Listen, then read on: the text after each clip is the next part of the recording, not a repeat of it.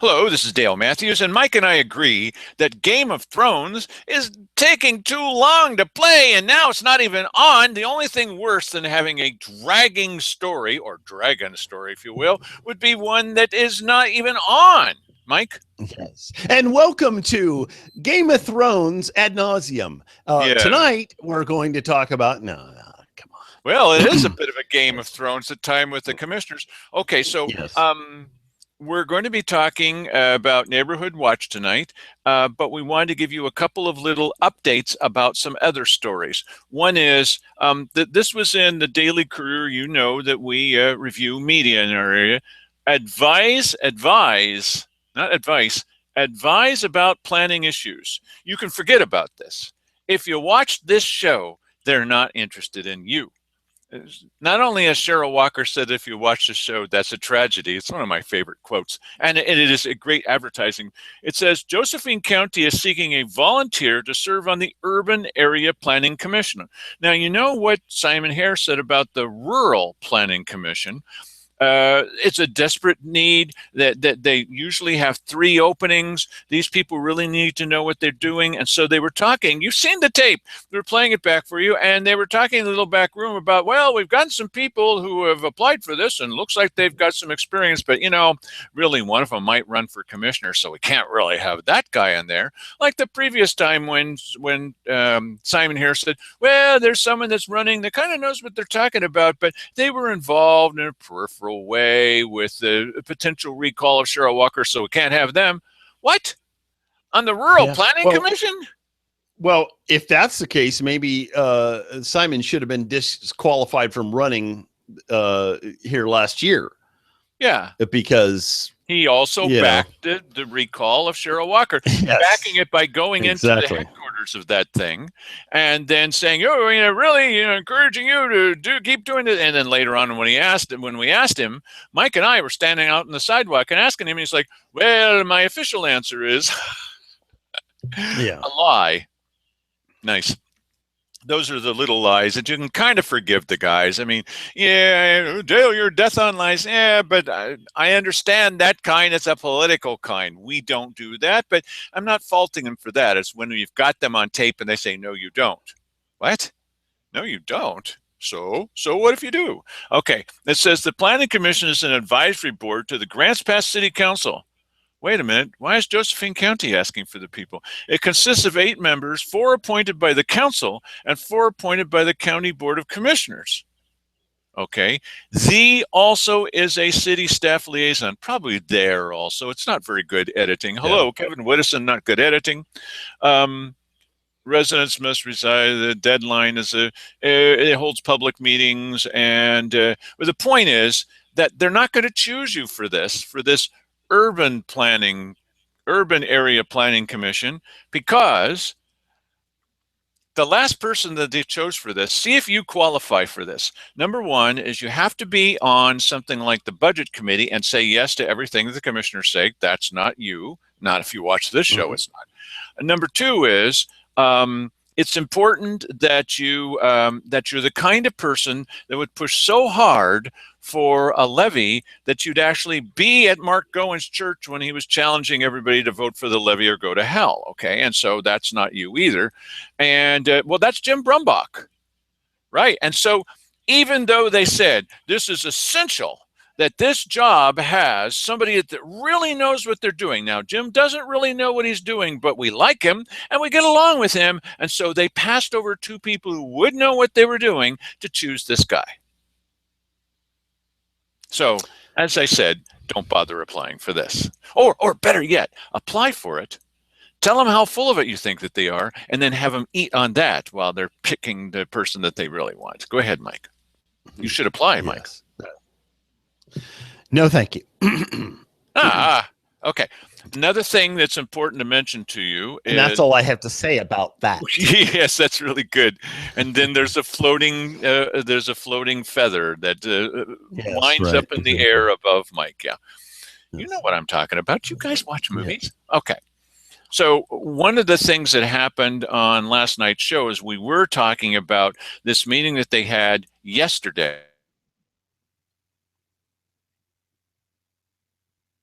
Oh no. No. And you know what? We were in exactly this same situation yesterday, and Dale froze in the exact same pose yesterday at about the same time yesterday. Oh, that's just kind of a conspiracy situation. I don't like it. Is it me that has dropped out, or is it Dale? I don't know. I hate this. But I will sit here and drink my invisible Coke drink here. You see that? Isn't that nice? Rogue River water. It's delicious. Yes. Dale should never make these particular mannerisms because it causes the screen to freeze up and we lose our connection. Up. Could this be Dale hooking back up again? I don't know. I hope so. But this is strangely reminiscent of what it did last night.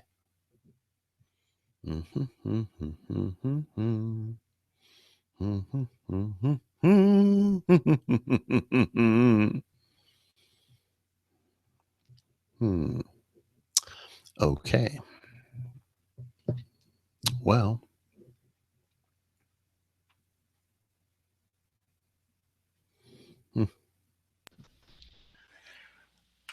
Oh, there he is. I hear him. Oh, there you are. So I'm glad you froze in almost the same. You froze in almost the same position as you did last night. Really? That's so weird. Yeah. I'm just going to have to avoid that position, obviously. And you had the same screen up, too. The one with the approval of Eco Northwest. Really? And you were doing very interesting. Yeah. Oh, yes, so it is. And I seem don't to talk have lost, about Eco.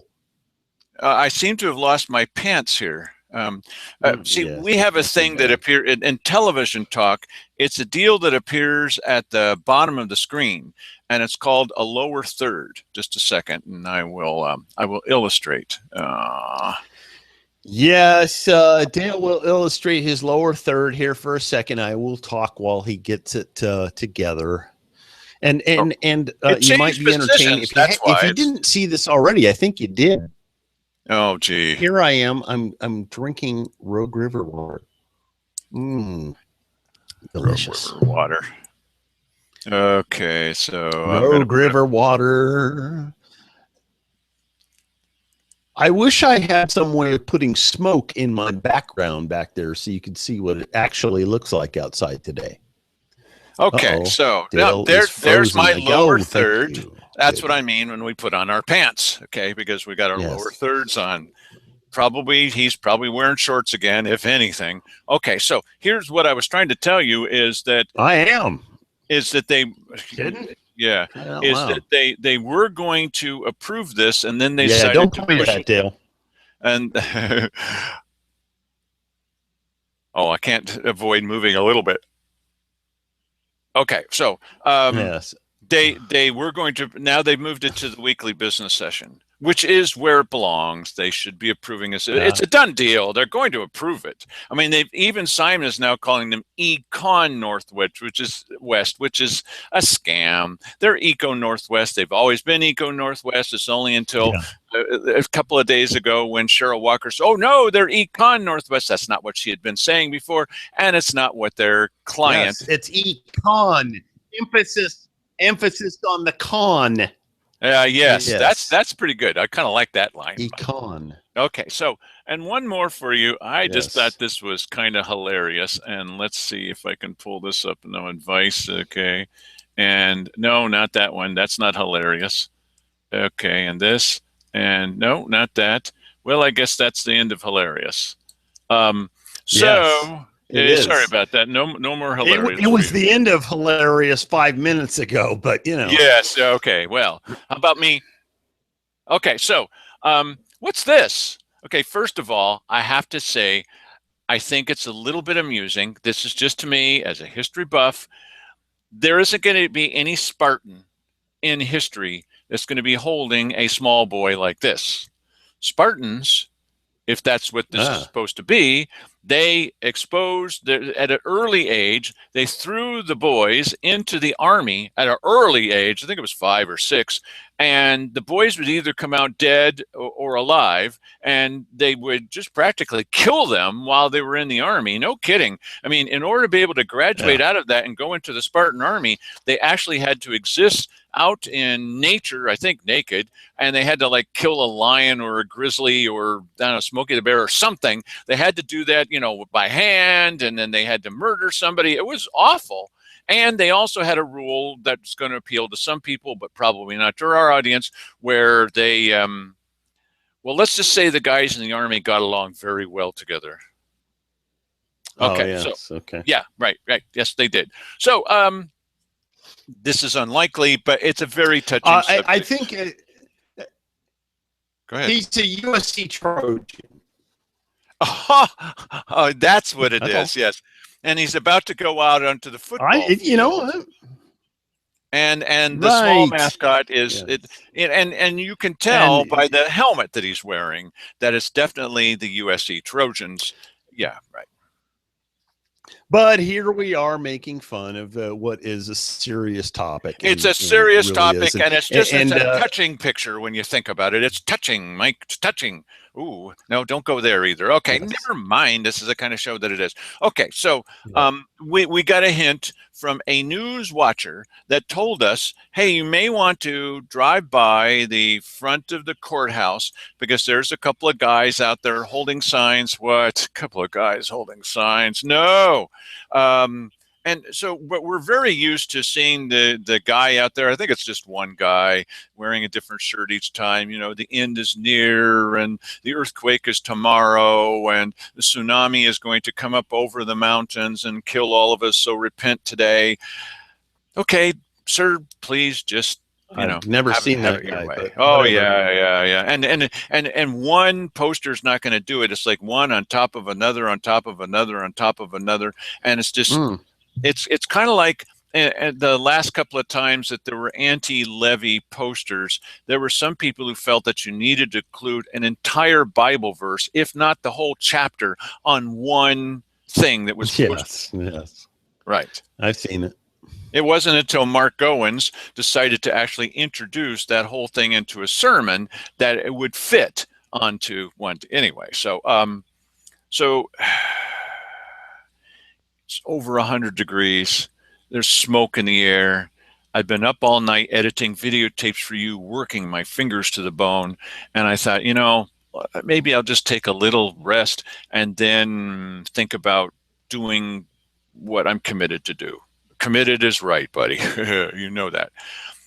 But I jumped in the car and I went over there, and I'm really glad that I did because, one, it's serving you, it's serving us, it's serving Mike, which I'm dedicated to do. And also it gave a chance for these guys to tell their stories. No, there's nothing wrong with them. I don't know who's right or wrong in their situation, but you will see here is a fellow that's explaining why he is out in front of the courthouse with signs. Mike? My name is Angel. I've been standing out here in front of the courthouse for a few weeks now. Awareness about the way the family court system is kind of one-sided towards one parent or the other. Mainly fathers, but not all the time. A lot of the time it's mothers also. I think the family court needs reform. It needs to change. It's destroying our children, and it's destroying people's lives, all over the country, and not just the country. It's a worldwide problem that needs to be addressed. I don't know what else to do, That's what brings me out here on this side. I don't know where else to go. That's, basically it, You see a lot of people standing out in front of the courthouse with a variety of signs. This is a hot day. It's a smoky day. You two guys are out here. What's your motivation for this? I miss my son. I see him 4 days a month, 35 days in the summer, and every other weekend, and that's the standard. And that really pushes me to be out here. I figure worst case scenario, he'll know that I tried everything I could in my power to make a change even, that really drives me, you know, just knowing that maybe if there's no change, maybe he'll see me out here. Maybe he'll see that, you know, maybe he'll see this video and know that I did everything in my power to be in his life more than I am. You know, 4 days a month just isn't enough to build a relationship with anyone. So what have you tried besides holding a sign? There's not very many people that would do that. It shows a lot of dedication on a day like this today. I've been up to Salem. I spoke with legislator Dwayne Stark. I spoke with the secretaries, Carl Wilson's secretaries. He's also another legislator. I've joined quite a few fathers' rights groups on Facebook. Mine is Josephine County Fathers' Rights on Facebook. And we're growing up to about 300 people, you know. It's amazing how many people are actually out there who are going through similar things, you know. It's heart-wrenching. So what kind of reactions have you had from people, pro or con, since you've been standing up here? You know, mostly good reactions, honks, thumbs ups, you know. A lot of people stop and talk and tell their stories. And, you know, we got some middle fingers, some thumbs downs here and there. We're just shining them on. Yeah, pretty good reaction for the most part. Anything that you want to be sure that people know about why you're doing this and what you're all about? Just be careful, I guess. You get married to it. Just try not to play the game. If you can, keep it out of court. It's the best thing for the kids. You draw up your own plan and present it to the judge. Don't play into the big fight game. You know, you don't want to be in family court. Believe me. You know, I know. Oh, that's sad. And you know what? A lot of fathers wouldn't care less, you know. But this guy clearly, you know, I mean, clearly this guy cares about his kid or whatever, or he wouldn't be doing this. I mean, that's easy to see. And listen, I grew up in a single parent household. My father was there. My mother was gone. And, you know, I saw my mom about as often as this, and this was, you know, by her plan. She wasn't done having fun or whatever. But, you know, I definitely see the value of having two parents in a household. But, you know, I grew up with a father who loved me very much. And you know, that affected me throughout my whole life. And I was able to show that to my son as well. And I just think that, you know, it's a tragedy. This guy can't see his kids as often as he wants to, you know.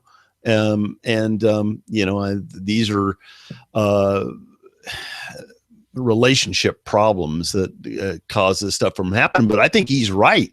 You should come up with your own plan and have an amicable agreement. Unfortunately, in many cases that can't happen just because you're going to have people that are angry and unreasonable.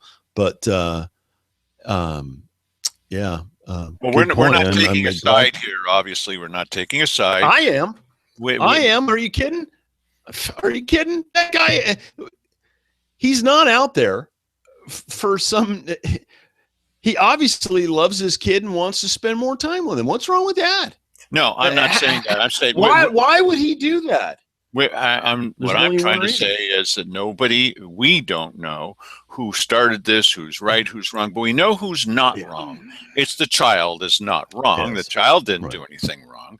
You know, my dad took off and he would come back and visit us every once in a while, see how's the crop growing. That's nice. He was born a century too late. He should have been like a cowboy or something. How are the steers growing? But he never would have stood out in front of a courthouse with a sign. No, he would have explained his worries to his local bartender. The interesting thing here about this is that even if the other parent, the absent parent, is a jerk, you still benefit from having those two people willingly in your life. If they don't want to be there, I guess that's a whole nother story. But yeah, you know, I mean, if this guy wants to spend time with his kid, and obviously doesn't seem to be an unreasonable person. Who knows what happened in their love life or whatever that caused this situation to be like it is. But I'm certainly glad that he's he's not just phoning it in. He's standing out there trying to make a difference. So I can't emphasize enough to you how hot it was out there in 100+ degree weather and smoky, and you could hear, I did the best that I could, everybody, with the audio for this, because we're just feet away from trucks. Oh, God, I know now it sounds like spaceships passing by, but I'm doing what I can with this so that you can hear the guy. That was the best. That was the best compromise. That was the best that I could do in that situation.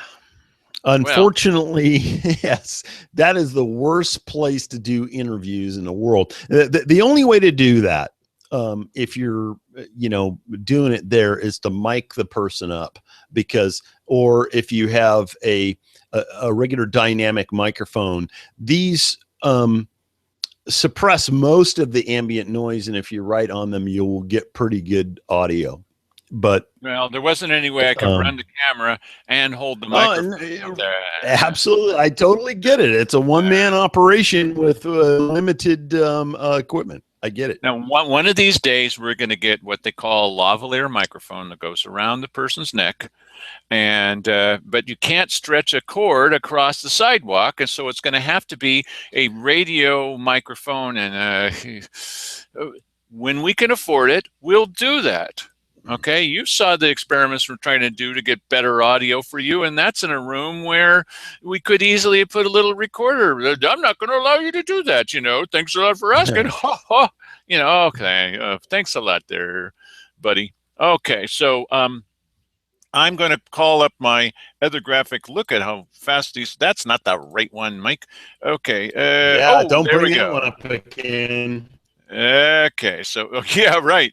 So, here's what's next. It's compelling graphic, isn't it? And look over here. Why, you should have a neighbor that you can love your neighbor. Just don't get caught. Should have a State Farm emblem in the middle there. Yeah, love your neighbor, don't get caught. That's one of my jokes that he's stepping all over. And another one would be serve a good neighbor.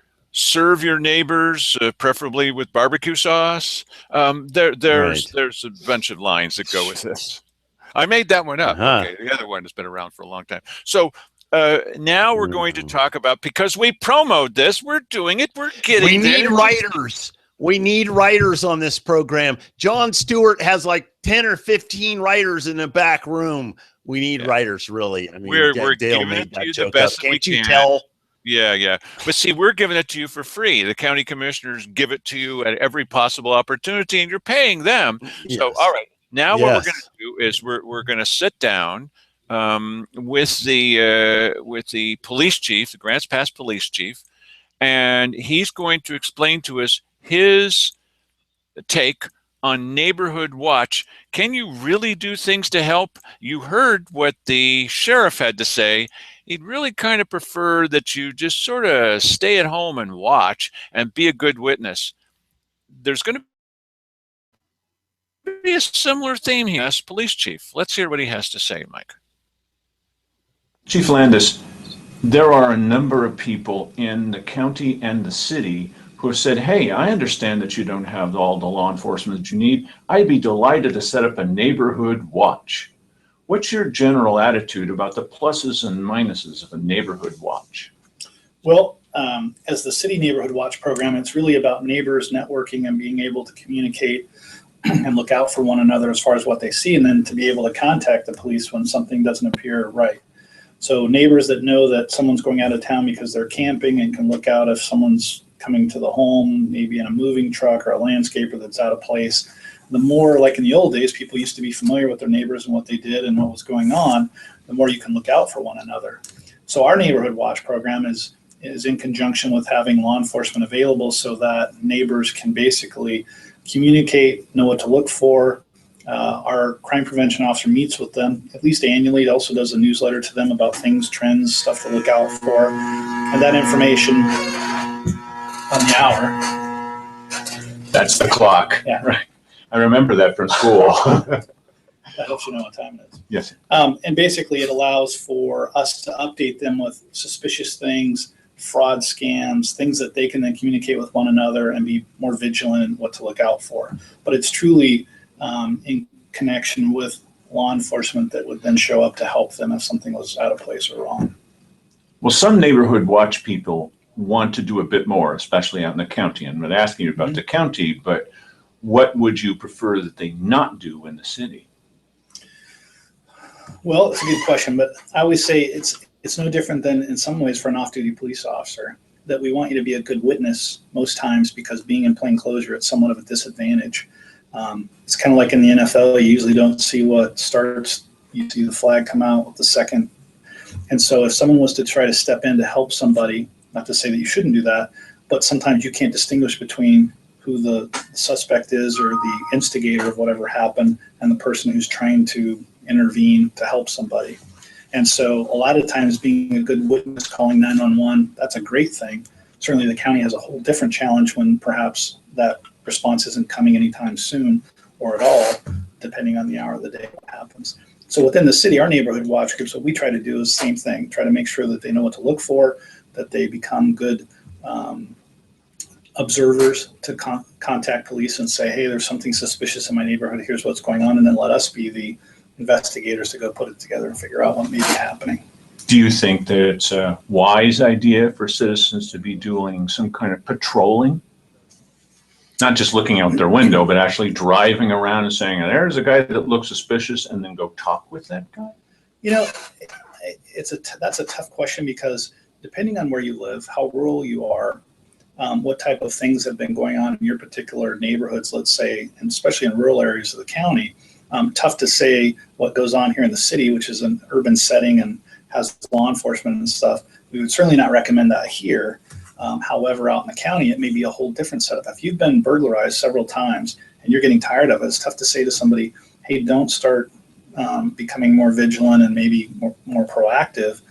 The hard part too is that, unfortunately, much like what happened in Colonial Valley and other things, not everybody you're going to contact is going to go along, with the program or like the fact that they're being contacted. And they also know there's no law enforcement response. And so sometimes you may bite off more than you can chew.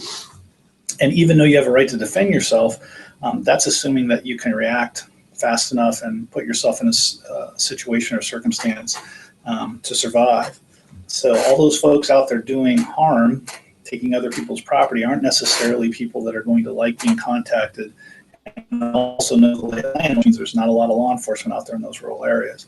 So tough to give somebody advice to say, yeah, that's a good thing. Much like weapons in the home and other things, it's an individual right.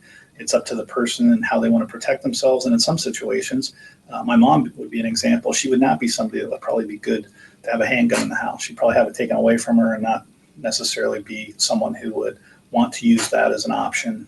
And I think that's why everyone has to decide what's best for them and how they would react.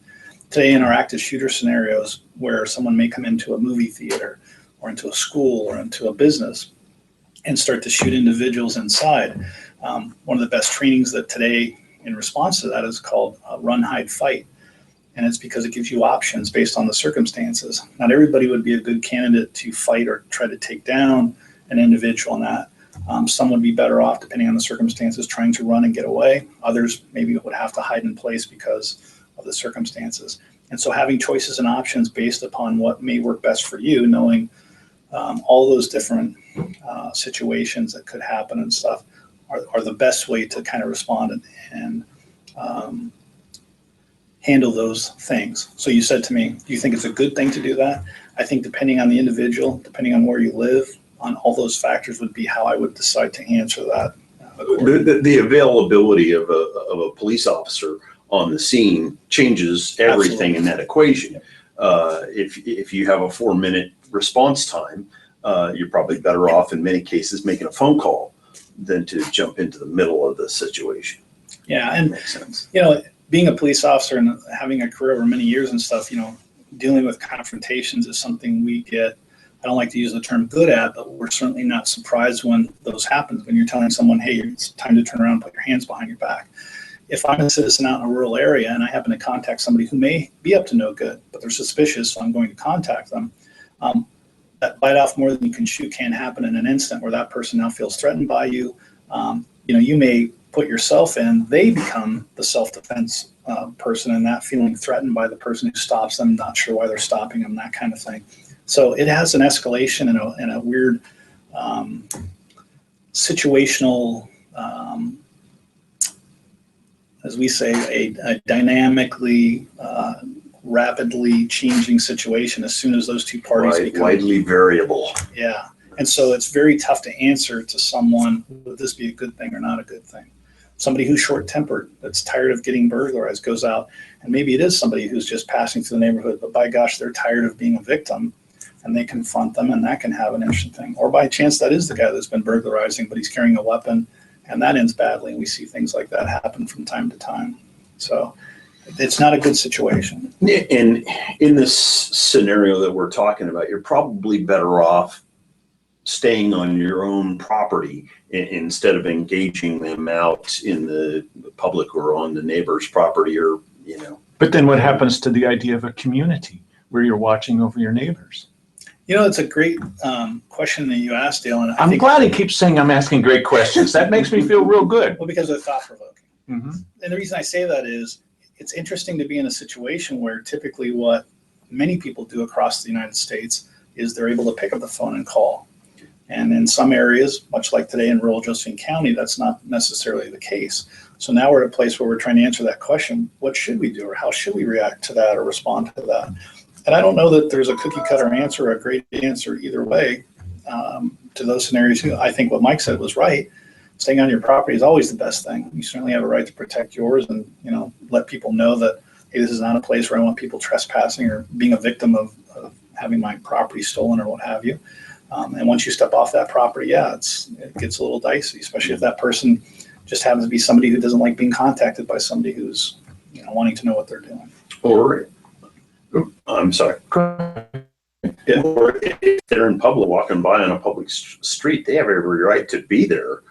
And so you contacting them, perhaps in an aggressive or what they perceive to be aggressive, way, it can provoke violence. Somebody that pulls up in a vehicle you don't know, even if it's you walking down the street and wants to know what the heck you're doing, already has a bad tone to it. Mm-hmm. When you feel like, wait a second, who is this that I need to be answering? Have we been properly introduced? Yes, that's right.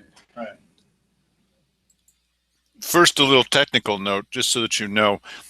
Sometimes the vagaries of the internet and maybe your connection and etc., these may sound a little strange, or maybe the video's not top performing. We also post these afterwards, and probably you'll get a much better picture and certainly better audio from most of that. Mike, I have a question for you, bud. Yes, sir. And that is, you have talked with some of your neighbors about having some kind of neighborhood group where you get to know each other a little bit better and maybe do some protection things in the community. Let's suppose that you're at a meeting coming up soon, if there are meetings, and they say, now, Mike, you have talked with both the sheriff and with the Grants Pass City Police Chief.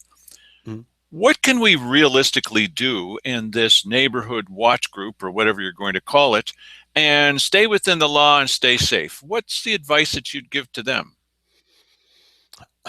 Well, you know what? I don't know that I really am in a place to advise them, except for what I've heard here, which is, I mean, listen, use common sense. Don't go out and, it's best to be nonviolent. It's best to be not confrontive with somebody, unless, if they're in your house or, on your property in the midst of stealing something, that's entirely different. But, if they're out on the street, listen, growing up in an area where, we were quite rural, and there was a lot of people that trespassed on our property because there was a few little places to hike that were on our property that people commonly came in there. And so you were constantly intercepting trespassers, and you had to learn to be diplomatic and know when it was time to get heavy with somebody and when to just let them go on about their business. And, that's kind of a learned skill sadly. And I mean, he's right in saying that they are more prepared to deal with this kind of stuff because they deal with it every single day. So they get skilled at dealing with people. And so I just advise keep your eyes open. Don't do anything stupid. And okay, so we've gotten some feedback from both of these fellows that seem to go, they seem to run right alongside the folks who would turn their lights off, open up their curtains, and try to take a look. Now, it's not going to occur to them, although I wish it would, that they should probably take a picture or shoot some video of it, because that will be better than their memory would ever be.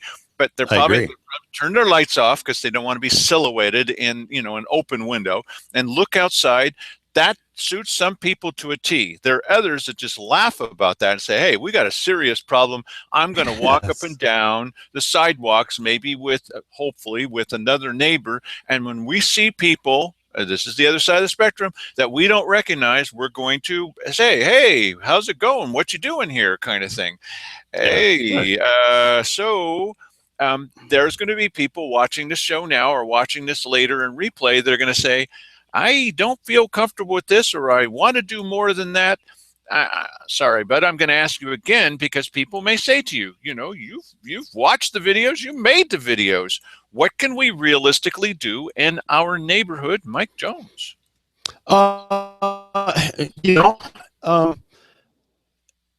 I don't know. This is a personal thing. If something happened in my situation, I wouldn't have any problem dealing with it. I'm at the end of a street that doesn't get a whole lot of activity. There's not a whole lot going on out here. If somebody is on my property, that's an issue's got to be dealt with, or it's a guy reading a meter or dropping off, UPS or something like that. We don't have that much of a problem out here. However, I would say if you're living out in the rural county, and number one, understand that you're going to be protecting yourself for the next hour. And I think it is a good idea, as both the sheriff and the police chief have said, be a good witness. As Dale noted, take pictures and video. If you're having an encounter with somebody, whipping your phone out, everybody's got one of these phones now. You whip out the phone, start taking video of this situation so it's documented. Take down license numbers, things of that nature. I don't know. Am I missing anything, Dale, you think?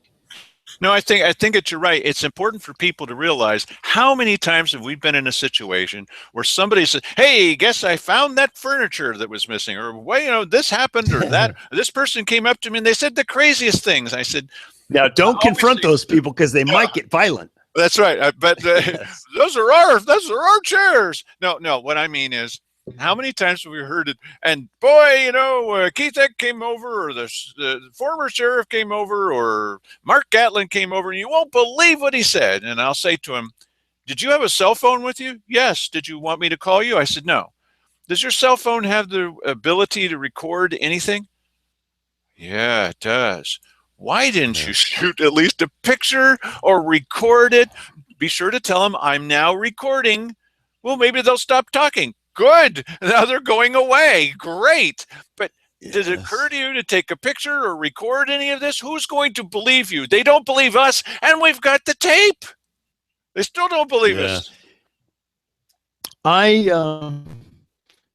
You know what? It's funny. And there's been a number of situations where I should have taken pictures or taped, and I just didn't. And I don't know why. I mean, I have it there. It has a audio recorder or video recorder function, easily done. But take a lesson from us. All three commissioners. For some reason, this group of three is amazing to me. It's not always like this in county government. It's like this in any government. It's not all the time. For some reason, all three of them, when we've had them on tape and they're meeting, not confronting them in the restroom or in the hallway or some other stupid thing as they're driving by a sheriff. I don't recommend doing that. Confronting people in the bathroom. It's a bad idea. No confrontations there. Thank you. Take Mike's example. Okay, he'll tell you about it later. But this whole thing here, we've got them in an official meeting. They're recording it. They have a secretary that's typing what they're saying and then changing it later, however they want it changed. Witnesses, and they still say, I never said that, and it's your fault for saying that I did.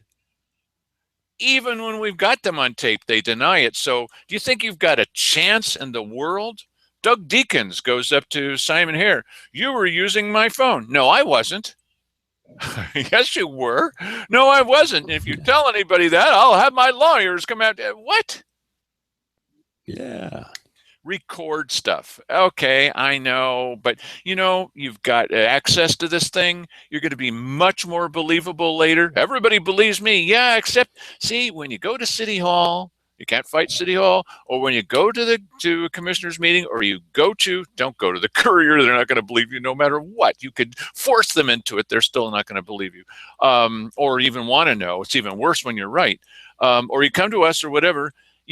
All that you need to do to avoid most of that situation. With inveterate liars, there's nothing you can do about it. But record the things that are happening. And if nothing else, you can play it back for yourself later and laugh about it like we do. That's what we do. We play back videotape and laugh about it. Anything else to add to tonight's show there, Mike, that's relevant, interesting, and comical?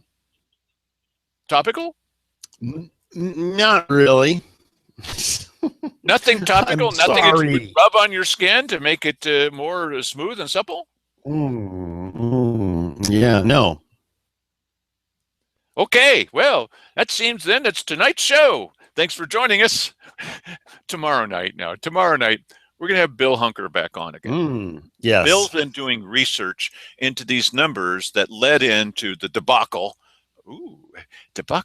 of Dale's easily impressed. No, it's something that you can smoke. It's something that you can have on old-fashioned shoes. Come on now. Okay, so sure, right. That debacle where we had numbers, the anti-levy folks did, and the pro-levy folks didn't. Well, we don't need numbers. Well, how'd that work out for you? So we have recently talked with the sheriff, and we say, okay, you're going to be solving this problem, right? You will be sharing the numbers with us. I mean, you're not going to say, well, no one's gathering the numbers. Not going to say that anymore.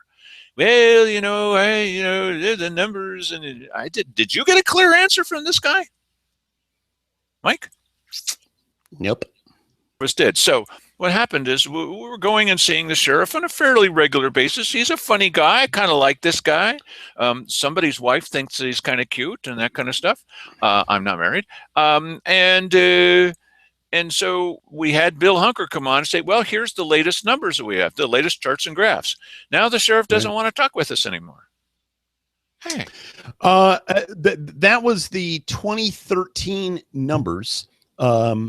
And 2014, I guess, is coming very shortly. Anyway, there is a whole lot more analysis that Bill has done on these numbers, and he says that there are some interesting things about them that we will hear about tomorrow night.